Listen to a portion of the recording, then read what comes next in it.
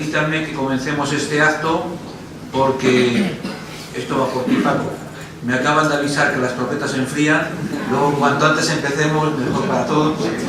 No, pienso comérmelas contigo.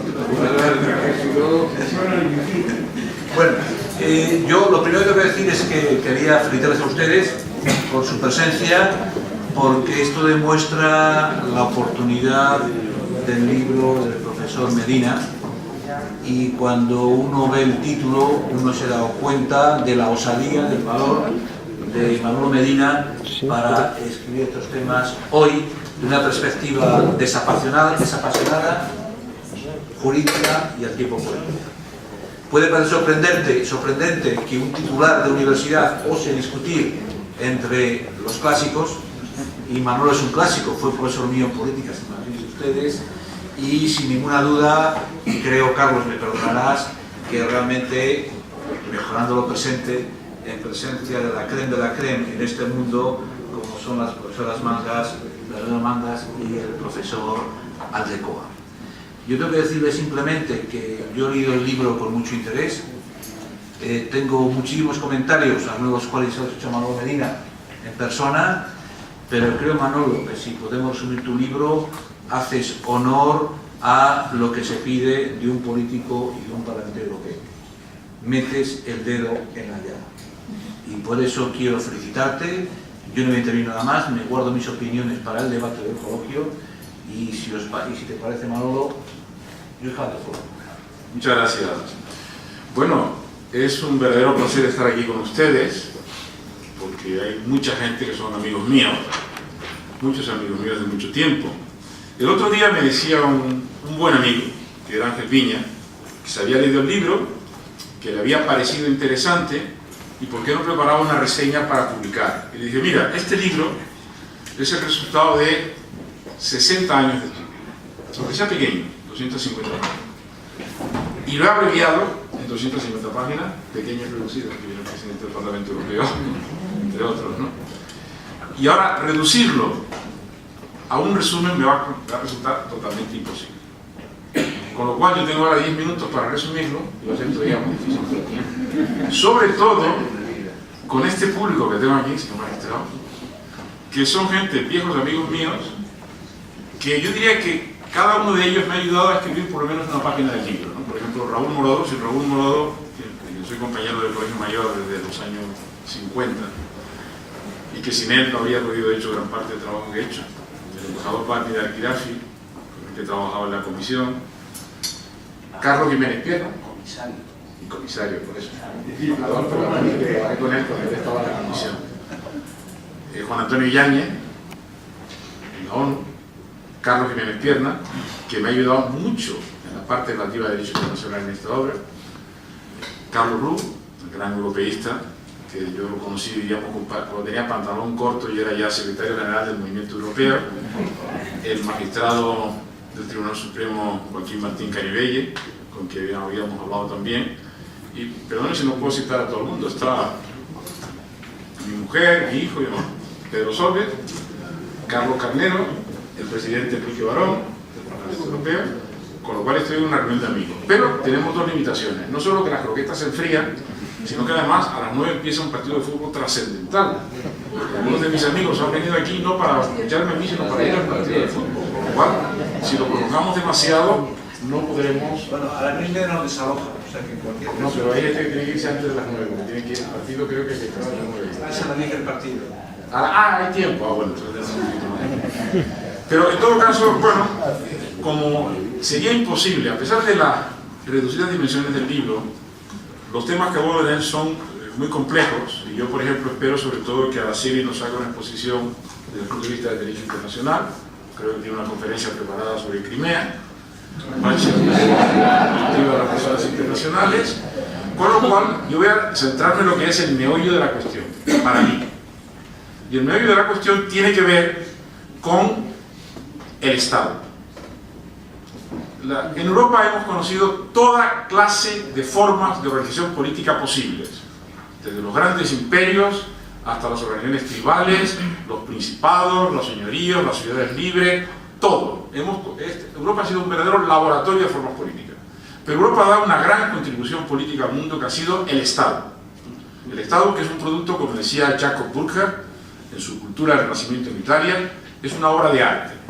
El Estado, creado por los europeos entre los siglos XV y XVI, es una obra de arte, de tal forma que Hegel, en el siglo XIX, podía decir que con el Estado moderno la humanidad había concluido su historia. A partir de ahí ya no había posibilidad de ningún tipo de desarrollo posterior. Bueno, sabemos que no ha sido así, que la historia ha continuado y que además el Estado, esa gran creación de Europa que hoy es aceptada en todo el mundo, cuando se creó la ONU había como 50 estados y ahora hay 200, es la forma política por antonomasia. La cuestión está en que ese Estado está en crisis. Está en crisis por lo menos desde comienzos del siglo XX, hasta el punto que se ha anunciado la desaparición del Estado. Bueno, ya Karl Marx había anunciado la desaparición del Estado. El Estado iba a desaparecer como consecuencia de la transformación revolucionaria de la sociedad. La cuestión está en que cuando se trata de hacer desaparecer al Estado, la cosa no es tan fácil. Porque el Estado es una organización política muy completa y cuando se trata de atacarla nos encontramos con que no funciona. El gran ejemplo, por ejemplo, sería el Consejo General de Aragón, que fue un experimento de organización anarquista del poder y que fue un verdadero desastre. Está claro que algún tipo de organización política hace falta. La cuestión está en qué tipo de organización política. Y el Estado está siendo superado. Hay eminentes profesores de derecho político aquí presentes, entre ellos Raúl Morodo, que el Estado está siendo atacado desde todos los ángulos. Pero es una cosa paradójica, porque a medida que el Estado entraba en crisis, los poderes del Estado se reforzaban. El Estado del siglo XX es, por un lado, está en crisis, pero al mismo tiempo amplía su poder. El Estado pasa de ser un simple instrumento de mantenimiento de la paz y la seguridad a convertirse en el Estado benefactor que se ocupa de todos los aspectos de nuestra vida. Hoy, desde que nacimos hasta que nos morimos, estamos en manos del Estado. Se nos inscribe en un registro civil público por ahora, vamos a ser enterrados normalmente en un cementerio público, y a lo largo de nuestra vida, pues tenemos que pagar contribuciones, vamos a centros públicos de educación, ejercemos actividades que tienen que ver con la actividad pública, somos atendidos, pasa la seguridad social, todos esperamos cobrar una pensión del Estado de alguna forma, con lo cual el Estado es, por un lado, más fuerte que nunca y por otro lado está en mayor crisis que nunca. Pero sobre todo en la propia Europa, que fue la que creó el Estado, las dos guerras mundiales, la Primera Guerra Mundial de 1914 a 1918 y la Segunda Guerra Mundial de 1939 a 1945, constituyeron la dinamitación del Estado.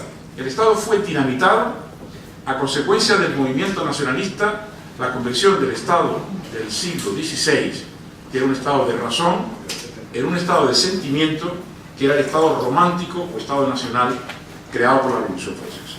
Y el Estado racional del siglo XIX, del siglo XVI, al ser sustituido en el siglo XVIII y XIX por el Estado romántico, fue incapaz de mantenerse.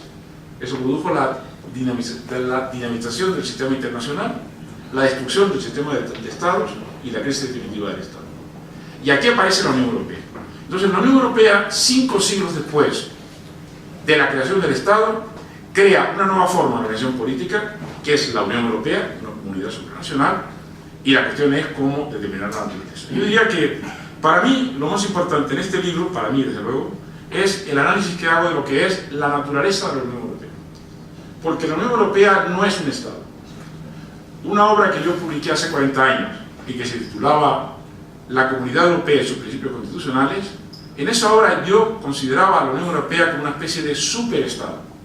Y hoy sabemos que la Unión Europea no es un superestado, porque la Unión Europea sigue siendo una unión de estados, o como dice el Tribunal Constitucional alemán, un Staatenverbund, una especie de interrelación de los estados, pero sin desaparecer la naturaleza de los estados. Claro, ¿qué tiene que ver esto con la secesión en la Unión Europea?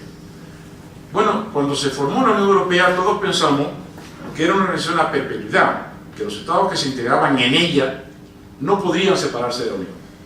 Los tratados en los que Bani Aguirafi participó, si no me equivoco, en su etapa de joven diplomático, en aquella época se pensó que una vez que se entraba en la Unión Europea no se podía salir de ella, con lo cual no aparece ninguna disposición en los tratados de la Unión Europea sobre la secesión, diríamos, los profesores de Derecho Internacional dirán que la expresión no es correcta, de un Estado dentro de la Unión Europea, porque un Estado, de acuerdo con el derecho internacional clásico, puede separarse en cualquier momento de una relación internacional.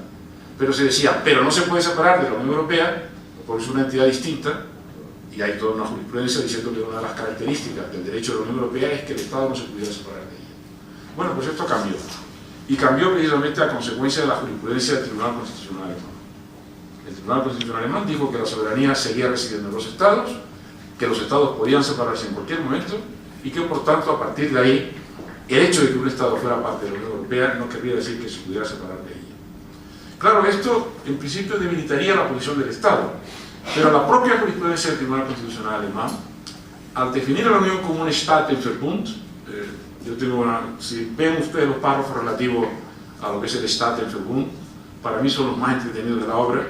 El Staatenverbund es una especie de, la expresión original se refería a una serie de barcos que iban navegando por un canal amarrados por unas sogas, una maroma, como diría Aldecoa, que es marino, y conoce muy bien la terminología, con lo cual podían ir 200 o 300 barquitos con uno delante. Claro, ustedes me van a decir, claro, que va delante la señora Merkel, con Alemania. Y claro, la idea es que estamos entrelazados y que no podemos separarnos, pero que cada uno es una entidad distinta. No es tampoco el convoy, la carrera de Indias española, el convoy de Winston Churchill, en que cada barco es una unidad distinta, sino que están unidos entre sí de alguna manera. Hay una expresión alemana en el Brughaus que habla de el Staatenverbund o Verbunde de aparatos informáticos, es decir, la comunicación a través de Internet, una serie de aparatos que están ligados entre sí, eso constituye un Verbund. No puedo extenderme en esto porque sería demasiado largo, pero el tema fundamental es que la Unión Europea está integrada por estados independientes y soberanos. Y yo, para ponerlo de una forma muy sencilla, diría que es una especie de cadena, y la fortaleza de la cadena depende de la fortaleza de cada uno de los estados. Por tanto, si lo que se plantea no es la separación de un Estado dentro de la Unión Europea, que hoy es posible, es permisible de conformidad con el Tratado de Lisboa, en cambio, lo que no me parece posible es que sea posible la separación o secesión de una parte de un Estado miembro de la Unión Europea. Por una razón muy sencilla, porque esto va contra el principio mismo de la Unión Europea, que es la idea de integración. Hay unas consideraciones todavía válidas de Ortega y Gasset sobre los procesos de integración y desintegración. La Unión Europea es un proceso de integración en virtud del cual los estados que forman parte de la Unión Europea están cada vez más integrados, y un proceso que debilite a uno de los estados miembros a través de la separación constituiría un proceso de debilitamiento de la estructura fundamental de la Unión Europea, que son los estados. Por tanto, no es una cuestión baladí el que, y de hecho se ha demostrado en las reacciones de todas las instituciones de la Unión Europea con respecto a la posibilidad de secesión de una parte de un Estado. La posibilidad de secesión de una parte de un Estado atenta contra un principio fundamental de la Unión Europea, que es el principio de la integridad de los Estados miembros. No me entro en el tema del derecho internacional, porque eso creo que Araceli podrá tratarlo mejor que yo. Es posible, como es lógico, los dos somos catedráticos de la misma asignatura y tendremos grandes divergencias entre nosotros, pero me gustaría mucho que ella precisara el tema de cómo se ve la cuestión desde el punto de vista del derecho internacional. Porque quizás la última consideración que pueda hacer en el último minuto, estuvimos acostumbrados a hablar en el Parlamento Europeo. En el Parlamento Europeo le dan a uno 2 minutos, y a 2 minutos y 10 segundos a uno le han cortado el micrófono. Aquí Paco Fonseca no tiene esa costumbre, pero yo voy a respetarlo como si fuera así. Entonces, la última consideración que quería decir es que, desde el punto de vista, la Unión Europea, en cuanto a unión de Estados, se rige por un ordenamiento propio, que es el derecho de la Unión Europea, pero que este ordenamiento está inscrito dentro del derecho internacional. La sentencia más reciente, la sentencia Hungría contra Eslovaquia, en la que la Unión Europea dice que las relaciones entre Hungría y Eslovaquia con respecto a las relaciones entre jefes de Estado se siguen rigiendo por el derecho internacional, lo cual impide que el presidente de Hungría pueda ir como ciudadano europeo a Eslovaquia, porque al ser presidente su visita a Eslovaquia entra en el ámbito del derecho internacional. Y con esto termino aquí, simplemente para decir que la secesión de Estados, la secesión de una parte de un Estado dentro de la Unión Europea afecta a la propia esencia de la Unión Europea, y que por tanto la actitud de la Unión Europea tiene que ser totalmente negativa con respecto a esa posibilidad. Y de luego lo que no es posible es que una parte de un Estado miembro de la Unión Europea se separe de la Unión Europea y siga permaneciendo en ella como un Estado diferenciado. No tiene sino dos posibilidades. O consigue que la Unión Europea lo acepte como un Estado distinto, lo cual plantea dificultades, o simplemente se queda fuera de la Unión Europea. Esta es una conclusión muy sencilla que todos ustedes pueden entender y con lo que quiero acabar, para no abusar de mi tiempo, para que todos podamos luego ir al fútbol.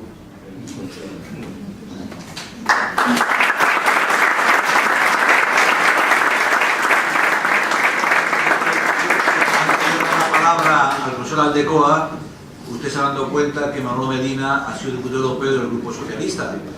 Entonces, por mor de mantener el equilibrio de familias, yo diría, si fuera demócrata cristiano, que para ir al fútbol o para ir a que te impongan la ceniza, estamos en el de ceniza.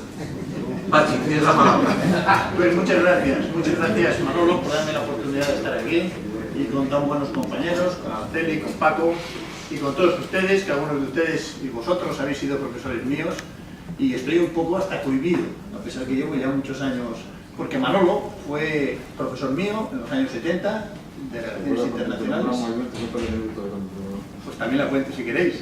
En el año 72, en el año 73, que es cuando el asesinato de Carrero me eligen para ser ayudante de Relaciones Internacionales. Y fue el año Juliano, que empezaba el curso en enero, por eso el contrato había que hacerlo en diciembre.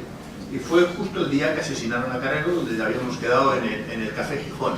Café Comercial. Perdón, en el Café Comercial, que era al lado de donde vivía don Antonio Puyol, en la calle... Sí, pero vivía en la calle San Vicente. Como veis, tiene una memoria fantástica. Y llegué tarde. Porque estaba Madrid tomado como consecuencia del asesinato de Carrero. Y al llegar, pues le dije, pues mire, don Antonio, Manolo, pues lamento, me disculpo por llegar tarde. Y digo, pues empezamos bien. El primer día que viene usted aquí llega tarde y encima miente. Dice que me mataba a Carrero. No fue Manolo, fue don Antonio. Lo he contado en muchas ocasiones, pero son cosas que ocurren en la vida. Bueno, pues yo he sido alumno y discípulo de Manolo. Manolo tenía una carrera enorme como profesor, tenía aquí sus obras, que creo que no hace falta, sus 5 o 6 grandes obras, y a su vez como político, donde ha estado 6 legislaturas en el Parlamento Europeo, y se le ve esa doble dimensión de profesor y político que nunca ha perdido. El libro plantea pues, el gran tema: ¿existe derecho de secesión en la Unión Europea? Hombre, está claro, y lo ha explicado fantásticamente bien, que es imposible. Y desde mi punto de vista, que no voy a repetir sus tesis, sino que voy a, en lo poco tiempo que tengo, ir un poco más allá, entiendo que va precisamente contra la propia lógica de la Constitución Europea. Yo, a pesar de ser discípulo de Manolo, he tenido también otras fuentes, como el propio Carlos Bru, que me han hecho ver que detrás de esa unión de Estados hay algo más. Hay lo que estaba en el propio Tratado de Maastricht, que desaparece el día de Maastricht. Hay esa vocación federal, que ya sé que a ti no te gusta mucho. Pero en ese sentido creo que es una unión de Estados que comparten soberanía, que cada vez tienen más competencias que las ejercen en común a través de unas instituciones cada vez más sólidas, más democráticas, y que por lo tanto la secesión es justo lo contrario a lo que el proceso de integración plantea. Y el proceso de integración además avanza insolayablemente cada vez más, 6, 9, 12, 15, 25, 27, 28, y en el horizonte hay otros 4 candidatos potenciales y algunos más, que están en 10, 12, 15, 20 años. De tal manera que explica bien en el libro que no ha habido más que procesos de secesión en los Estados miembros, en la descolonización de los 50 y de los 60, y después el caso de Groenlandia. Y no ha habido ningún otro caso, sino todo ha sido lo contrario. Ha sido adherirse y además profundizarse, ejercer cada vez más competencias en común. Y en ese sentido, el único caso es el de Escocia, Y otro caso que no toca en el libro, pero que está todo el tiempo en el libro, que cómo no, es el tema de Cataluña. El tema de Bélgica creo que tocas en el libro y que dices que por lo menos está asentado ya y que aceptan ambas partes, las dos comunidades, precisamente porque quieren las dos seguir en la Unión Europea, no se plantean la separación. La secesión, claro, implica el que se sale de la Unión Europea. Cuando estaba leyendo el libro, precisamente fue en un viaje que tuve oportunidad de hacer ahora, el día 10 de febrero, a Chipre.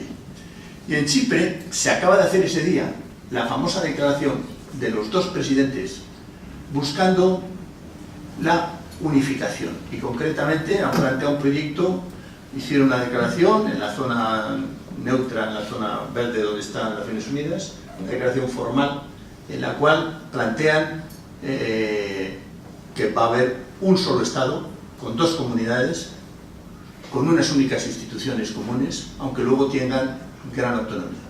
Es decir, en Chipre se ha producido, o se está produciendo, se han dado un plazo para avanzar las negociaciones, pero es la primera declaración formal de unificación.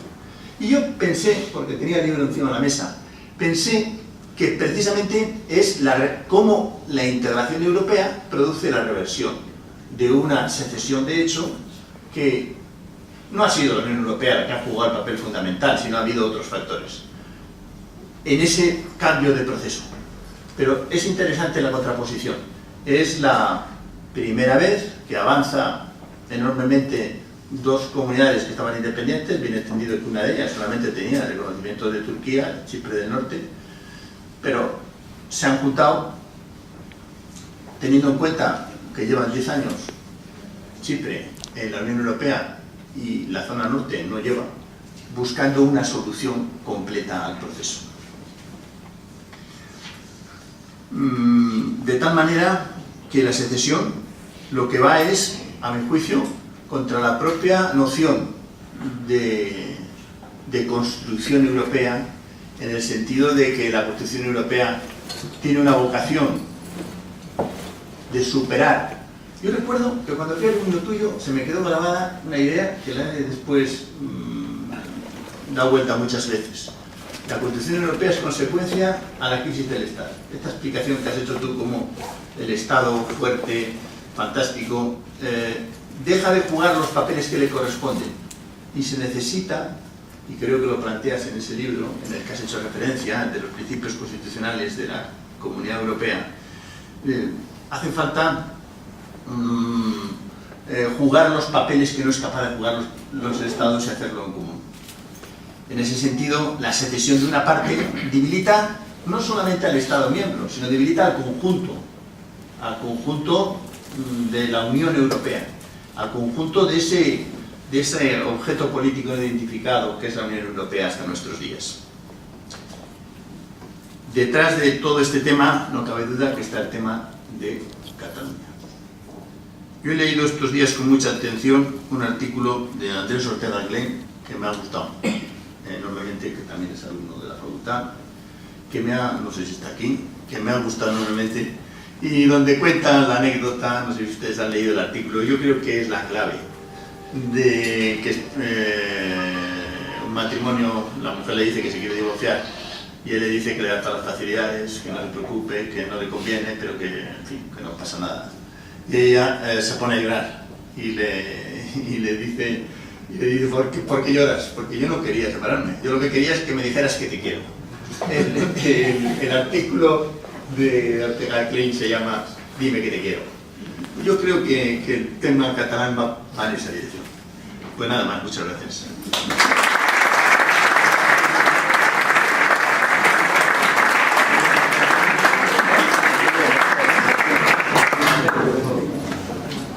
Muchas gracias. Querido representante de la Comisión Europea en España, yo Paco, querido y muy respetado profesor Medina, también querido amigo Pachaldecoa, señoras y señores. La verdad es que es un placer estar efectivamente en esta mesa y para tratar de un tema que a todos nos preocupa mucho desde hace ya cierto tiempo y máxime, además ahora teniendo en perspectiva las elecciones europeas del año. Yo no voy a hablar tanto del derecho internacional en la cuestión, porque no es una conferencia sobre la situación de Cataluña de cara al derecho europeo al derecho internacional, y sobre todo porque te acabarías enfadando y diciendo aquello de aquí hemos venido a hablar del libro, ¿no? Entonces, yo vengo a hablar del libro del profesor Medina, sobre todo porque efectivamente este es un asunto que está en la agenda política de España, especialmente, como sabemos, desde hace año y medio, y que, como les decía, yo creo que va a acabar saliendo en la campaña electoral de las europeas, especialmente en Cataluña. Todo el problema relativo a la posible declaración unilateral de independencia de Cataluña y todo el proceso para ese acuerdo. La pregunta que uno se hace cuando lee el libro es que, efectivamente, si es un tema que debe tratarse desde el derecho europeo y desde el derecho internacional. Esta es la pregunta clave y naturalmente nos responde que sí, aunque no tenga todas las claves el derecho europeo ni el derecho internacional, aunque es verdad que sobre todo es el derecho internacional. Desde luego a esas interrogantes responde claramente la obra. Antes de entrar en los tres ejes, algunos de los cuales ha apuntado ya él, yo quisiera decirles que a mí me ha parecido deliciosa en su conjunto, sobre todo cuando va tratando a lo largo de toda la obra, contextualizando, como se dice ahora, los fenómenos de secesión, sobre todo porque de pronto en España nos hemos creído que esto nunca había ocurrido en ninguna parte del mundo, y es que las secesiones, los cambios territoriales han sido constantes en la historia de la humanidad, han sido constantes, y España además es uno de los países que lleva perdiendo territorios desde hace muchos siglos, ¿no? Entonces, en fin, la contextualización que hace es magnífica, y sobre todo porque la va haciendo en cada momento adecuado, pero constantemente. Es decir, que no es que tenga un capítulo dedicado a precedentes históricos como a veces es habitual, no, es decir, va dosificando las gotas adecuadas, en cada momento saca precedentes diversos, tanto que afectan a España como que afectan, insisto, porque precedentes de secesión de territorios, de modificaciones territoriales, ha habido inmensas, centenares en la historia de la humanidad. Y por tanto, todos esos contextos son importantes tenerlos en cuenta, tanto los que prosperaron como los que fracasaron o como los que quedaron en una situación de congelación.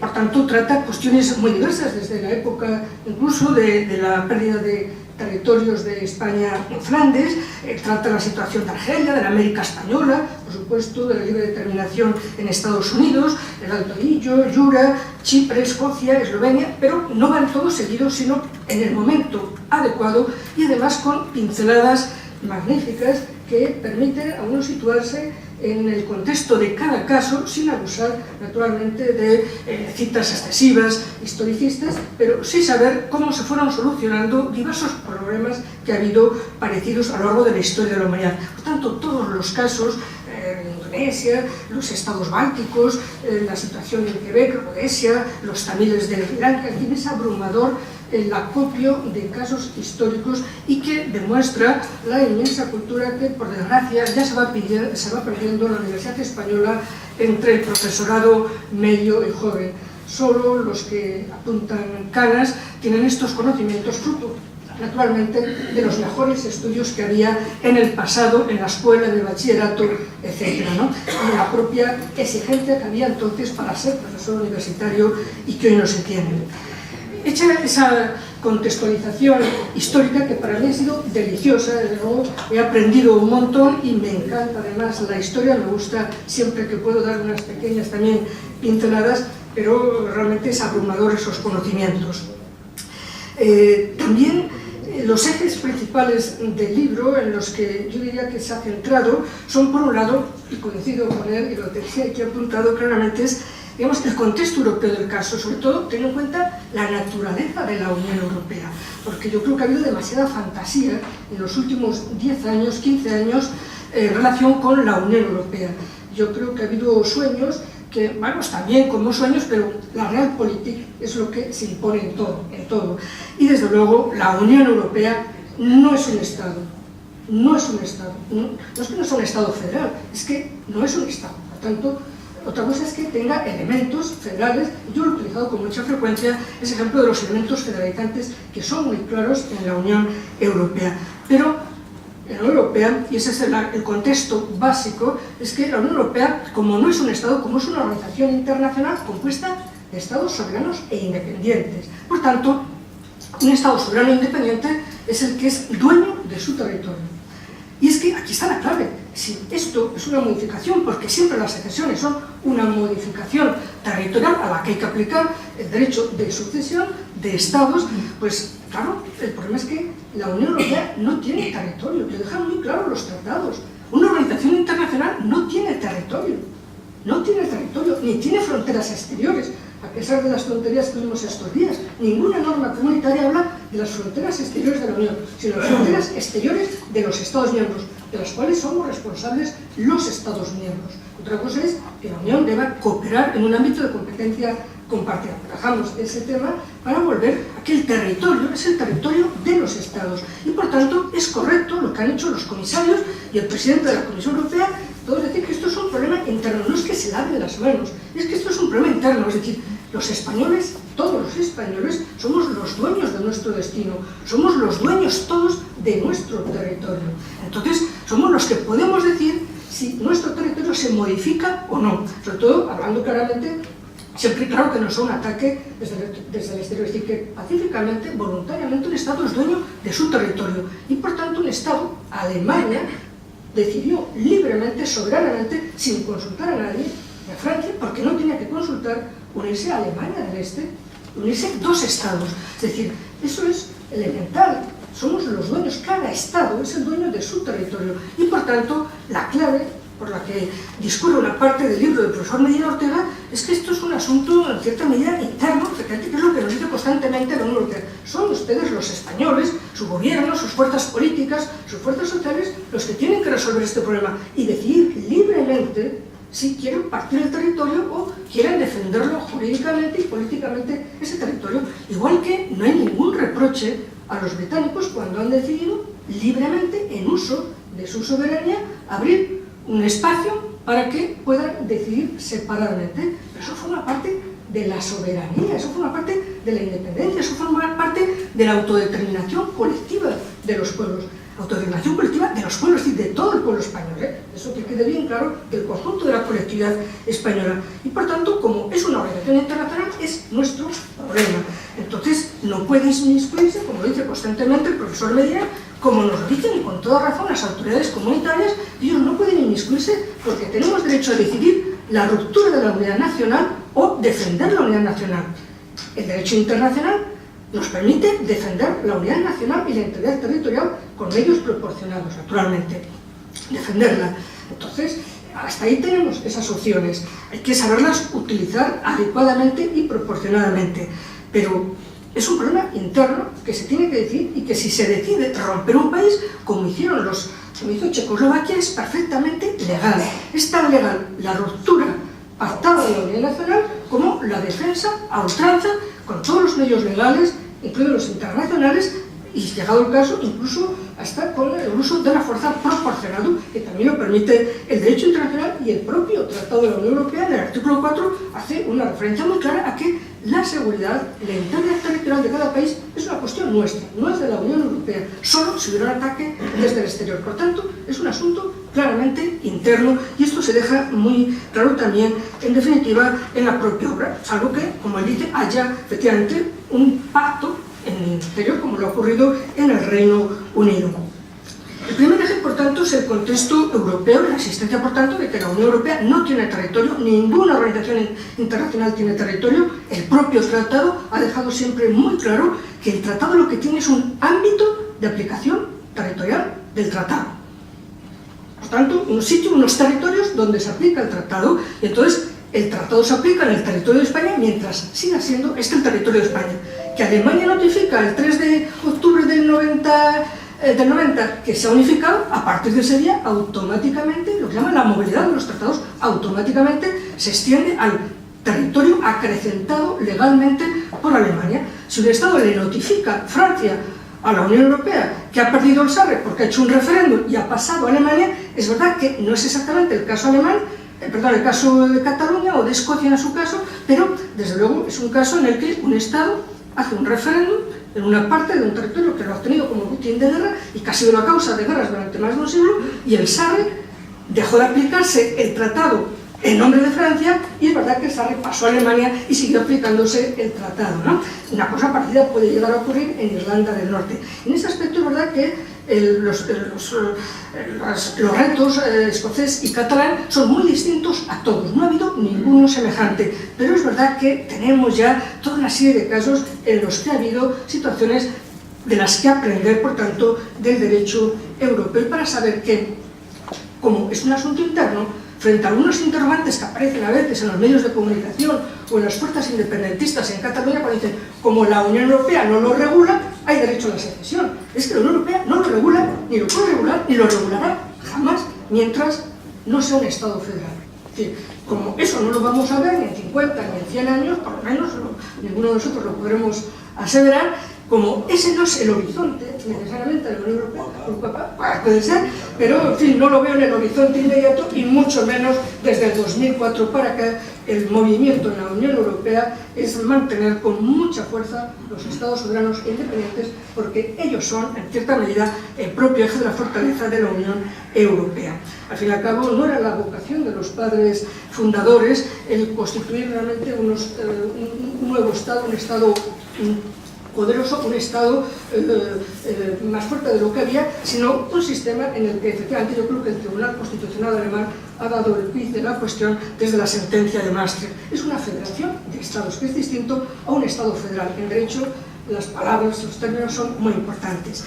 Un segundo eje del libro del profesor Medina son los costos. Los costos, es decir, el precio de la integración. Y no entran en los aspectos económicos, que no tienen por qué entrar, hay otros maestros que lo harán, pero no son los costos en el sentido financiero, económico, ¿no?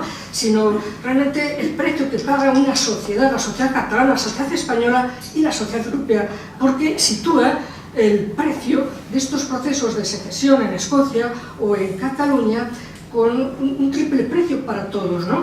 Porque efectivamente estos procesos nunca son un proceso como la teoría de los juegos, nunca de suma cero. Lo que uno gana, en absoluto, aquí ni tan siquiera de suma positiva, es de suma negativa. Y está claro, y yo comparto con él, que todos perdemos. Cataluña, España y Europa. Efectivamente, para el territorio secesionado se ha visto claramente. Desde que hace año y pico ya algunos dijimos claramente cuáles eran los efectos para Cataluña, rápidamente se han dado cuenta del enorme costo de la posible secesión. Y es naturalmente perder, a pesar de las críticas en la opinión pública y en los medios de comunicación que tratan despectivamente a la Unión Europea, al fin y al cabo la Unión Europea es el mayor polo de bienestar y democracia del mundo. Entonces, se han dado cuenta rápidamente toda la sociedad catalana, no solamente los empresarios, todos, de que efectivamente les va a afectar, y muy negativamente, porque es muy claro que si Cataluña deja de ser parte del territorio de España, se constituye en un Estado soberano e independiente y, por tanto, ajeno a la Unión Europea. Es decir, una pérdida de territorio conlleva, el territorio que se marche, la pérdida de ser parte de un Estado miembro de la Unión Europea. Y los beneficios son inmensos. Inmensos no solo en términos económicos, sino en términos políticos, en términos de estabilidad, en términos de seguridad. Entonces, claro, se han dado cuenta además que no caben absurdas teorías que se han inventado, con todo respeto a los politólogos, lo de la ampliación interna, de que como ya están dentro, pues que en realidad la Unión se amplía automáticamente, internamente, como si fuera una muñeca rusa, pero dentro de la matriz. No, es decir, cuando uno quiere ser Estado soberano e independiente, lo es con todas las consecuencias. Y por tanto, nace libre de compromisos y, por tanto, fuera de la Unión Europea, fuera de las Naciones Unidas, fuera de la OTAN, fuera de todo el sistema internacional. Entonces, la ampliación interna no tiene sentido. Además, significa que tampoco se ha leído el tratado, porque ¿qué pasa? Que ampliación interna sin que Cataluña figure en el listado de Estados miembros, sin que el catalán figure entre las lenguas oficiales de la Unión, sin que Cataluña tenga representantes en el Parlamento Europeo, hay que modificar el tratado. Y entonces, unanimidad. Y entonces ahí nos volvemos a encontrar, ¿no? Es decir, la ampliación interna es algo absolutamente absurdo, solo de quienes desprecian sistemáticamente el respeto del derecho. Naturalmente, si llegaran a esa situación como la que se llegó en Kosovo, se puede encontrar con una situación que esté, la palabra que utiliza muy bien, esté en un limbo jurídico, fuera de la Unión Europea, fuera de Naciones Unidas, porque, no sé, yo no confío ni en Francia ni en el Reino Unido, confío en otros miembros permanentes del Consejo de Seguridad, y desde luego nunca va a poder entrar en Naciones Unidas. Entonces, bueno, pues se estaría fuera de toda la vida internacional que a una parte de las fuerzas independentistas les gustaría tener. Dejando los enormes costes para el territorio que se cesiona, para el Estado matriz, en este caso en España, aunque también debo decir que en el libro del profesor Medina no entra en ese aspecto, pues es muy caballeroso, muy diplomático, y no entra en las cuestiones concretas de cocina, de hablar de Escocia y de Cataluña y de este tipo de asuntos. Habla genéricamente de cuando se da una situación de secesión para el Estado matriz. Y está muy claro que para el Estado matriz, España, pues la pérdida de un territorio tan importante desde muchos puntos de vista, histórico, cultural y económico, el 19% del Producto Nacional Bruto de España, pues naturalmente son unos costes enormes, pero sobre todo para las propias estructuras estatales, muy semejante a lo que fue la crisis en 1898. Para la Unión Europea, que es el aspecto que me resulta muy interesante, además el eurodiputado y europeísta convencido, pues claro, se da cuenta, como todos los europeístas, que no solamente el daño es para Cataluña y para España, es decir, aquí todos pierden, la Unión Europea, porque para la Unión Europea la pérdida de Escocia y de Cataluña y de, claro, los precedentes que se iban a calcar a partir de ahí, pues naturalmente significa que se podría perder este gran proceso integrador que posiblemente es una de las mayores aportaciones que ha hecho la humanidad, distinto al Estado naturalmente y a la organización internacional. Naturalmente, la solidaridad de la Unión Europea se perdería porque se basa en la solidaridad de los estados, en estados fuertes, en estados cohesionados. Entonces, estados debilitados, estados que se van perdiendo.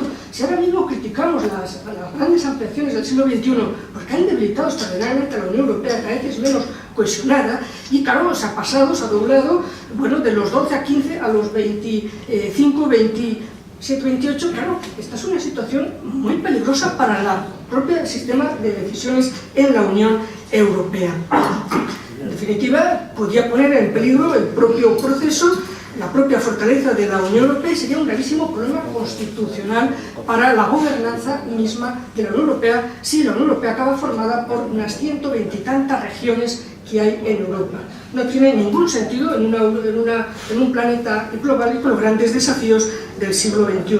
Y el tercer aspecto, y con ello ya terminaría, que me interesa resaltar y que también comparto, es la necesidad de diálogo. Este es un problema que no es tanto ni de derecho internacional, ni de derecho europeo, ni de derecho constitucional. Este es un problema de diálogo, de que tienen que hablar todas las partes interesadas, toda la sociedad española tiene que organizarse en diálogo, porque esto no se soluciona diciendo tenemos reglas, tenemos la Constitución, ceñimos espada. En absoluto, este es un problema del que hay que hablarlo, y llevamos año y medio sin hablar del tema. Quien tiene que hablar y quien tiene que organizar el diálogo. En ese aspecto nos da lecciones el Reino Unido cómo ha solucionado el tema, independientemente de que aquí no pudiera hacerse el aceptar un referéndum en Cataluña. Pero la gestión civilizada es importante, y caben gestiones civilizadas distintas al derecho a decidir compartimentada. Porque nos va a analizar el mundo, nos va a valorar el mundo, Europa y el mundo en conjunto, de cómo gestionemos este problema. Si hacemos una gestión civilizada, y la gestión civilizada es el diálogo, y es el diálogo con las fuerzas políticas catalanas. El jefe de gobierno tiene que bajar a la arena política y organizar ese diálogo muy amplio con las fuerzas catalanas, y él habla constantemente de ese diálogo para poder solucionar el problema, porque no es en sí tanto el derecho europeo, el derecho internacional, sino un problema interno, y solo el diálogo entre nosotros lo puede solventar. Por eso es realmente un libro magnífico que a todos nos aclara muchos aspectos y nos permite comprender que hay alguna esperanza, siempre claro que quienes tienen las responsabilidades políticas las aborden. Muchas gracias.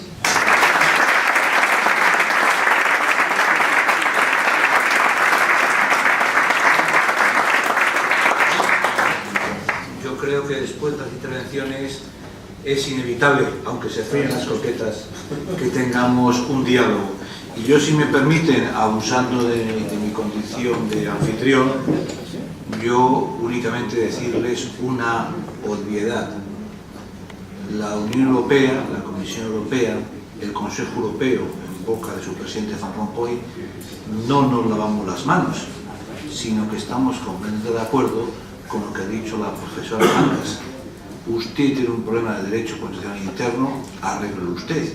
Y si usted me obliga a responderle qué pasaría en el caso de una eventual o hipotética independencia de Cataluña o de Escocia, naturalmente haría falta que los 28 estados reconozcan a este estado. A partir de ahí, usted póngase en la cola y empecemos a hablar. Y como, por desgracia, el derecho a veces es muy aburrido, pero es lo que tiene, no puedo sino suscribir lo que decía la profesora Mangas, de que esto es lo que hay y quien no quiera oír es porque le encanta ser sordo. Muchas gracias y... No, vamos a discutir primero. Por favor.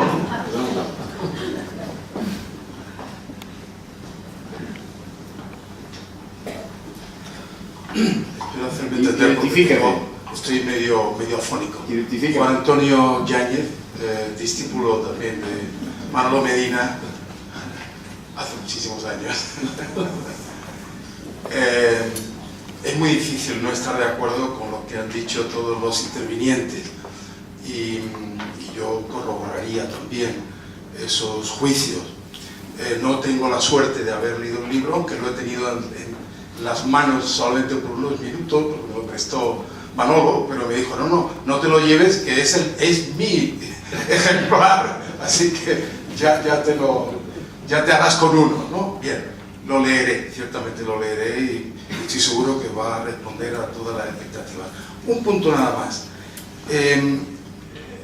Lo que ha dicho Manolo, en realidad yo creo que se ciñe, se puede resumir en una frase, que es la que ha pronunciado Weiler, conocido experto en temas no solamente comunitarios, mucho más allá, cuando ha dicho que la pretensión de secesión de Escocia o de Cataluña es un, no sé si ha dicho, pecado o crimen de lesa europeidad. Es un poco el núcleo de lo que ha dicho.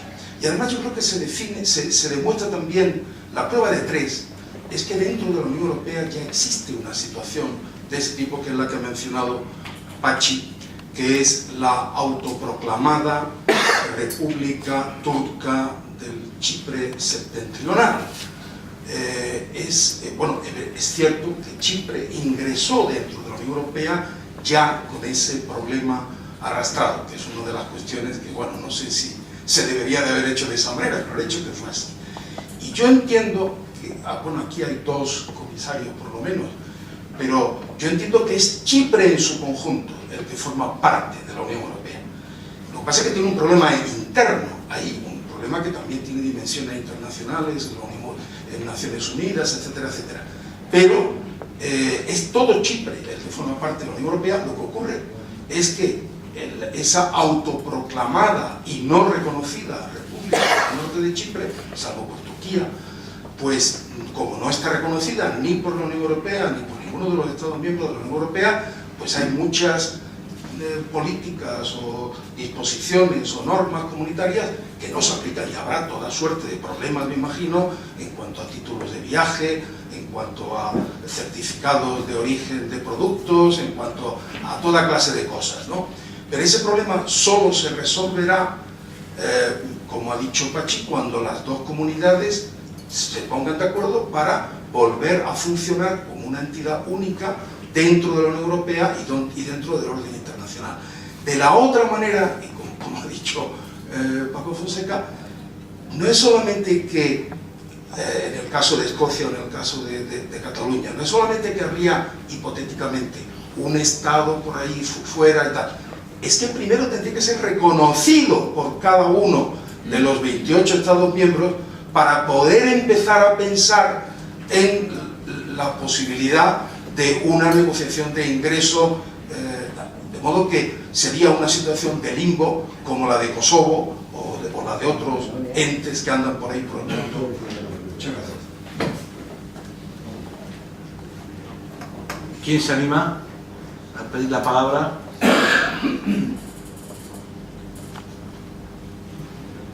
Sí, Manolo. O sea, Juan Antonio Yáñez ha sido muy modesto en su presentación, porque yo le pediría que se identificara, pero ha sido embajador de España ante Naciones Unidas, profesor de nuestra facultad, de luego, para empezar, y secretario de Estado, hasta hace muy poco tiempo, del Ministerio de Asuntos Exteriores. Es un hombre muy tímido, por eso no...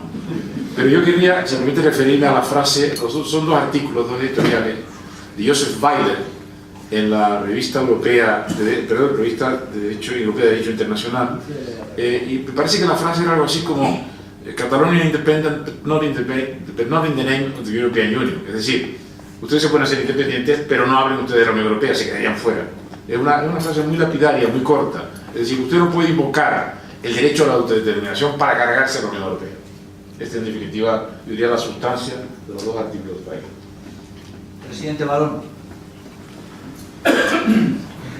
Sí, bueno, en primer lugar, yo he compartido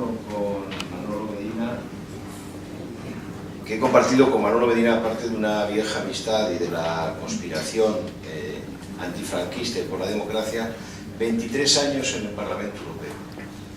Y en mis distintas responsabilidades, porque él siempre estaba en la comisión jurídica, yo iba cambiando. Yo cuando quería enterarme de algún tema importante desde el punto de vista jurídico, primero con los tratados y luego en la codecisión, yo siempre llamaba a Manolo, que tenía un despacho desbordante siempre, de todo tipo de documentación, pero que siempre encontraba la nota pertinente y además sabía exactamente cuál era el estado de la cuestión. Y bueno, este libro me parece que es un libro muy oportuno.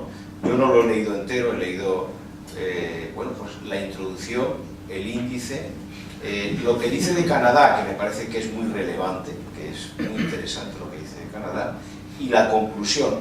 Y yo estoy haciendo en este momento un trabajo sobre el federalismo y no es que haya chocado, pero estoy en el Staatenverbund también, ¿no? Yo me he inventado una traducción que es Unión Federalizante de Estados. Pues claro, lo de la caravana, vamos, de barcos y tal, es muy interesante, pero y vamos, no quiero dar aquí un curso de alemán, yo lo he preguntado, ¿no? Pero entre el Bundesstaat, que es la federación, y el Staatenbund, que es la confederación, esto está en medio, y es un neologismo que se inventó el Tribunal Constitucional alemán a partir de la sentencia de Maastricht. Que no es que sean los más listos, lo que pasa es que los populistas alemanes, ahora que se está hablando mucho de populismo antes de las elecciones, los populistas alemanes son un partido que son Herr Professor, Doctor. Y entonces van al Tribunal Constitucional y le hacen trabajar. Por eso es el Tribunal Constitucional alemán es el que más ha reflexionado sobre eso. Y es muy interesante lo que dice en la medida en que en la actual Unión los estados son las altas partes contratantes, en alemán lo llaman los señores de los tratados, y nosotros somos el señor del tratado. Y luego ya, entrando ya en temas más domésticos, yo creo que Manolo ha hecho una observación que me ha parecido muy importante, cuando ha hablado del paso del estado de razón al estado romántico. Y estamos ante un problema que tiene una dimensión romántica muy importante. El pueblo más romántico de Europa fueron los alemanes. Como decía Bruno Kreisky, dice, es un pueblo muy romántico que de vez en cuando enloquece. Bueno, no, pero sacaron las consecuencias de eso. En nuestro caso, pues yo creo que también tenemos que poner un poco de razón y sobre todo, y en eso coincido con Araceli, de diálogo. Y saludo esta obra porque me parece muy importante. Gracias.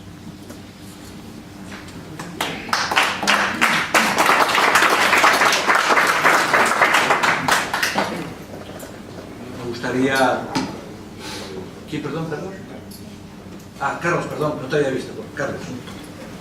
Bueno, yo lo he ido leyendo, el libro que tuvo la gentileza Manolo de mandarme, y creo que nos va a formar a todos, porque nos va a enseñar no solamente lo que es el peligro secesionista, esa especie de manía persecutoria de los secesionistas que se engaña a sí mismo y quiere engañar a los demás, sino también el trasfondo, que he leído algunos capítulos por encima, de la esencia, más que eso, la existencia, el existir más que el ser de la Constitución Europea, que hay que vivirla. Y se vive y se ha vivido mediante la integración, la idea de unión, la idea de que juntos somos más y más fuertes. Somos más uno.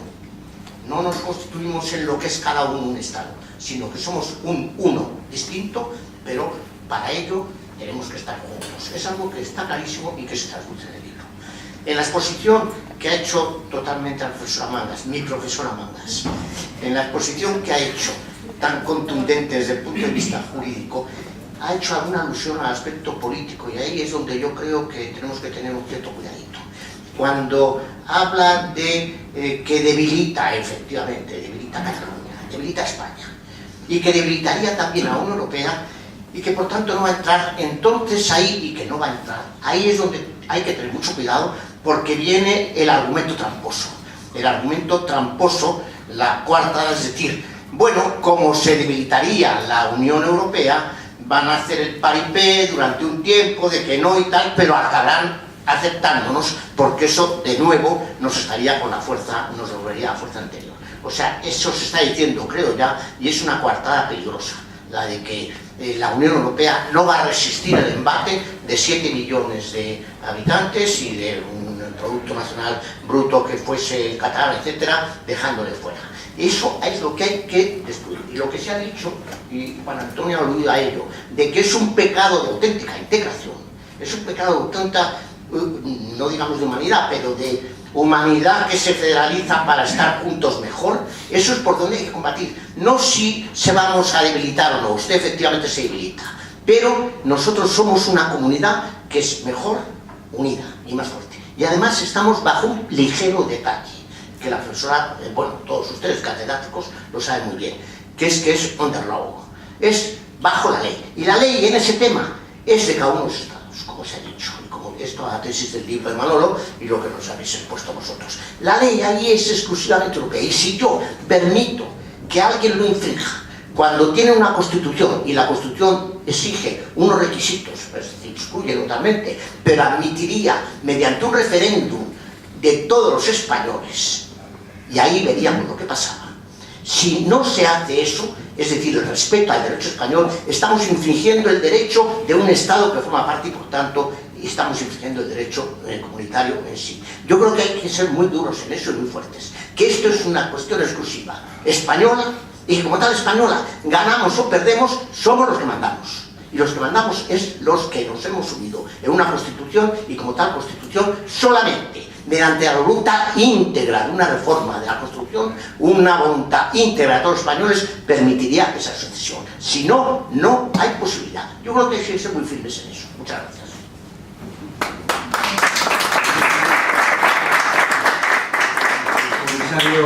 Comisario Solbes, no sé si hay una palabra antes, pero en fin. Con 3 cortos, el libro nos daría para hablar de muchas cosas. Yo no lo he leído, simplemente lo que he oído, pero ya es suficiente. Tenemos un primer debate entre la norma y la percepción política. La norma está muy bien, hay que defenderla, hay que respetarla, pero no olvidemos la percepción política. Y en consecuencia no es suficiente la norma, hay que ir más allá. Segundo, el argumento de va contra la esencia de Europa, sí, siempre y cuando pretenda quedarse dentro. No si no pretende quedarse dentro. En ese caso iría más todavía contra la creación europea, pero es una opción que no hay que excluir y que algunos en Cataluña la tienen. Tercer elemento que a mí me gustaría destacar es lo que yo creo que estamos todos de acuerdo, pero no es simple, es la solución es el diálogo. ¿Cómo se dialoga? ¿Quién empieza? ¿Sobre qué punto de partida? ¿Sobre las tesis actuales? Es decir, es muy difícil dialogar cuando uno ha dado ya varios pasos adelante. Dice, y ahora que vengan a dialogar conmigo. Y lo que he dicho ahí queda. Y último comentario ya más técnico, pero que a mí me parece muy importante. Uno de los puntos que siempre se habla en un caso de secesión por parte de Cataluña es y nos queremos quedar en el euro porque Kosovo tiene el euro, otros países utilizan el euro. Y es verdad, es verdad. Lo que sucede es que eso no es estar en el euro, eso se llama euroización, que es otra cosa. Y es como Ecuador tomó la decisión de utilizar el dólar. Se puede hacer, pero eso no es formar parte del euro. Y no formar parte del euro tiene muchas implicaciones desde todos puntos de vista. Evidentemente el contenido real del no formar parte de la Unión implica todo. Y evidentemente eso a ese punto no le estamos dando suficiente importancia, porque yo creo que los ciudadanos podrían percibir las cosas. Muchas gracias.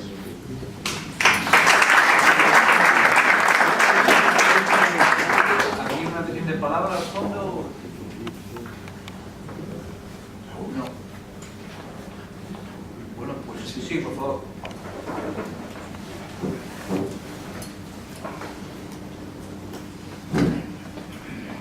¿Qué tal? Buenas tardes, muchas gracias por el libro. Me llamo Juan, soy alumno de la Complutense, estoy haciendo mi tesis en federalismo europeo precisamente, con el profesor de Acoba, del que estoy teniendo una magnífica experiencia aprendiendo mucho. Mi pregunta es, aquí estamos hablando todos un poco de que la solución pasa por el diálogo y posiblemente el diálogo pasa por la reforma de la Constitución española. Y la reforma de la Constitución todo parece indicar, quienes la están proponiendo, que lo que están dibujando es un Estado federal. Yo le quería preguntar al autor del libro si él considera que en esa hipotética reforma de la Constitución, de camino a un hipotético Estado federal español, ese Estado federal resultante tendría que ser un Estado federal simétrico, un café para todos federal como hay ahora mismo a nivel autonómico, o asimétrico. Gracias. Bueno, la respuesta es bastante sencilla. Es decir, la Unión Europea no establece pautas con respecto a la estructura interna del Estado. El límite estaría en eso que se llama la confederación, que es la propuesta belga, la propuesta de Bart de Wever, del Partido Nacionalista Flamenco. Yo creo que la confederación no es posible dentro de la Unión Europea, porque la diferencia entre la confederación, bueno, estamos hablando de la famosa obra de Jelinek, que dio origen a toda esta doctrina del Tribunal Constitucional alemán a la que todos hemos hecho referencia, y es que en la federación el Estado es el conjunto y en la confederación la personalidad jurídica está en cada uno de los Estados confederados. Entonces, para mí, la confederación no sería posible que un Estado miembro se configurara como configuración, porque sería prácticamente la división del Estado. Es la pretensión maximalista de Bart Wever, concretamente con un planteamiento absolutamente irracional e inadmisible, porque Bart Wever propone una confederación de la comunidad flamenca y la comunidad valona. ¿Y qué pasa con Bruselas? Pues Bruselas dice, le da entonces a Bruselas dice, no, es que entonces los bruseleses pueden optar por el sistema que quieren. Pero claro, como resulta que si eres flamenco, la seguridad social flamenca es mejor que la valona, los bruseleses serían todos flamencos. Con lo cual el tema se resolvería de esta forma. Como ustedes ven, es una falacia. Desde luego, como ha dicho Enrique, uno de los temas que abordo en el libro, que no he podido escribir antes, es el tema del cambio constitucional. Para mí los modelos son Canadá y Suiza. Suiza, con respecto a la separación del cantón de Jura dentro del cantón de Berna, que se hizo con una serie de reformas constitucionales, pero como decía Araceli, a través de la negociación y de la modificación constitucional, porque lo que no admite la Unión Europea son las vías de hecho. Esta es la gran diferencia que hay entre la Unión Europea y lo que está fuera de la Unión Europea.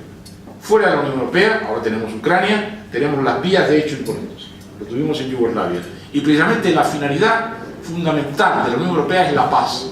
La paz y la convivencia de los ciudadanos. Y eso es lo que ha conseguido la Unión Europea. Lo demás es muy importante, pero es secundario.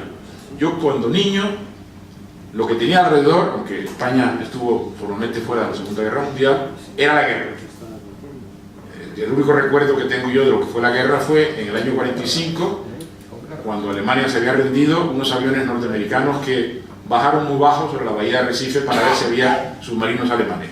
Pero claro, eso es una cosa muy fácil, pero recordar los millones de personas que murieron como consecuencia de la Segunda Guerra Mundial, el exterminio de clases, de sociedades completas, el genocidio de sociedades enteras, la destrucción de la humanidad. Y eso lo estamos viendo fuera de la Unión Europea. Yugoslavia es un ejemplo, Ucrania es un ejemplo. La Unión Europea es la casa de la paz y esa es la finalidad principal. Y dentro de la Unión Europea los conflictos no se pueden resolver mandando un general de la Guardia Civil a Barcelona ni a tiros en barricadas. Eso está fuera de la Unión Europea. Para eso tenemos, porque la esencia de la democracia, y es muy importante en la sentencia del Tribunal Constitucional alemán, el Estado actual, según la jurisprudencia del Tribunal Constitucional alemán, no es un Estado étnico, como quería Hitler, pero tampoco es un Estado cultural, como decía Meinecke. El Estado alemán actual es un Estado que no está basado en un principio fundamental, los valores comunes, que es la democracia, los derechos humanos, la dignidad individual. La identidad hoy de cada uno de nosotros como europeos no es el ser que hablemos español, o que hablemos euskera, o que hablemos alemán. La identidad es que somos personas que convivimos hablando alemán, euskera, teniendo la religión católica o la musulmana. En el caso de Alemania el tema era muy importante, porque lo que se planteó era la incorporación de la gran minoría turca, creo que son como 10 millones de ciudadanos turcos que están hoy en Alemania y que no son miembros de esa nación étnica o cultural alemana que quería Meinecke. No tiene nada que ver con Goethe, ni siquiera con el cristianismo, pero son alemanes, exactamente igual que los demás. Y yo creo que ahí está el quid de la cuestión. Sí, reconocer que la idea fundamental es que hay una Constitución Europea basada en el reconocimiento de los derechos fundamentales y cada uno de los estados lo reconoce, con lo cual los conflictos se tienen que resolver por la vía pacífica, recurriendo como instancia decisiva al Tribunal de Justicia de la Unión Europea, recurriendo al sistema democrático, participando en las elecciones europeas, reconociendo la libertad de prensa, la libertad de asociación, y esa es la esencia de la ley. Es un tema que antes no había podido abordar, pero que tu pregunta me ha permitido extenderme un poquito en ello. Espero que con esto ya... ¿Hay alguna pregunta más?